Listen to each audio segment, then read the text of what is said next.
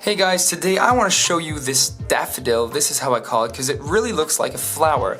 Now, this is a very, very complex puzzle, but it was designed with something in mind that I really liked. It was Christian's cube by Oscar. It's a cube where you can do 45-degree turns, and then you can turn it without shape-shifting, and then move it back. And I think that was really cool. So I decided to make something where not only can you turn it like this, but you can also turn it here. So essentially it's like Christian's cube, except every 45 degrees there's a cut. And something that well, it wasn't intentional. I designed it like that.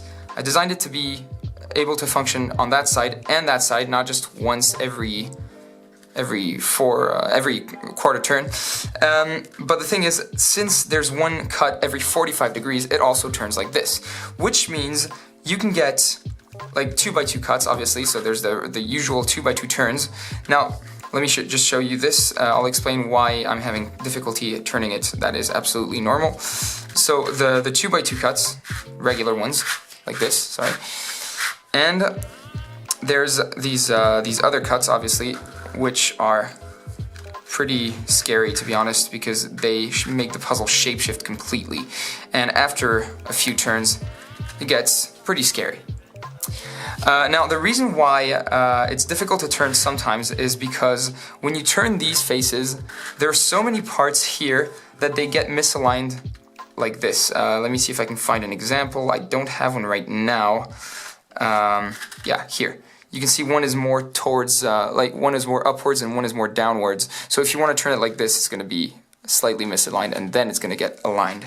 So that's the difficulty with this puzzle. That's the only difficulty that I had design-wise.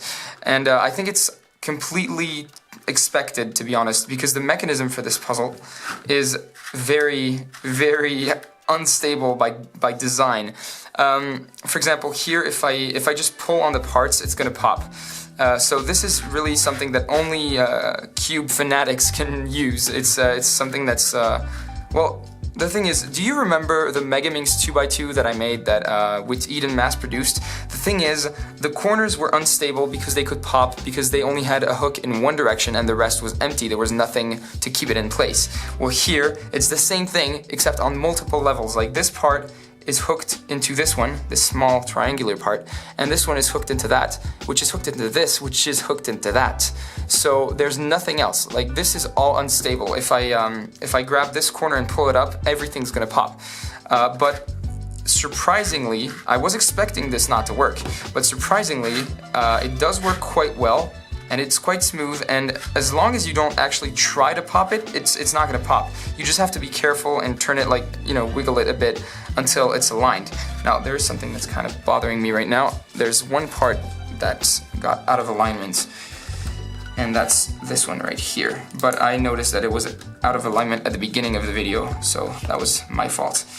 All right, so once it's aligned, it's actually quite easy and quite nice. It's okay, here you get a misalignment due to the 2x2 turns, and therefore you can have, you know, difficulty turning that. So again, it's a puzzle that's difficult to design properly because of its mechanical nature.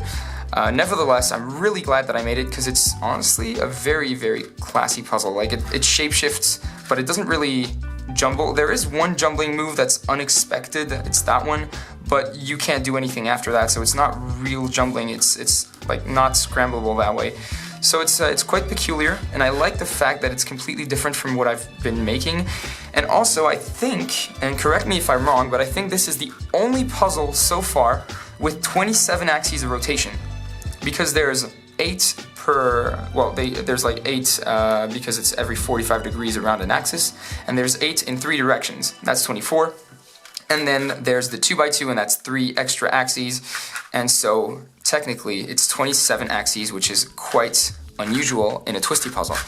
And again, pretty sure it's the first time someone uses 27 axes and not another number. So yeah, this is a very nice puzzle that I really enjoyed designing. Again, surprised because it wasn't supposed to work that well. So I'm really thrilled that it worked, and it's now a beautiful puzzle that is going to rest in my collection. This is really, aesthetically pleasing, in my opinion.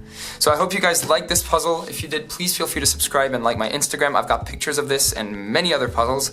And if you did, feel free to come back and watch my next video. I will see you next time.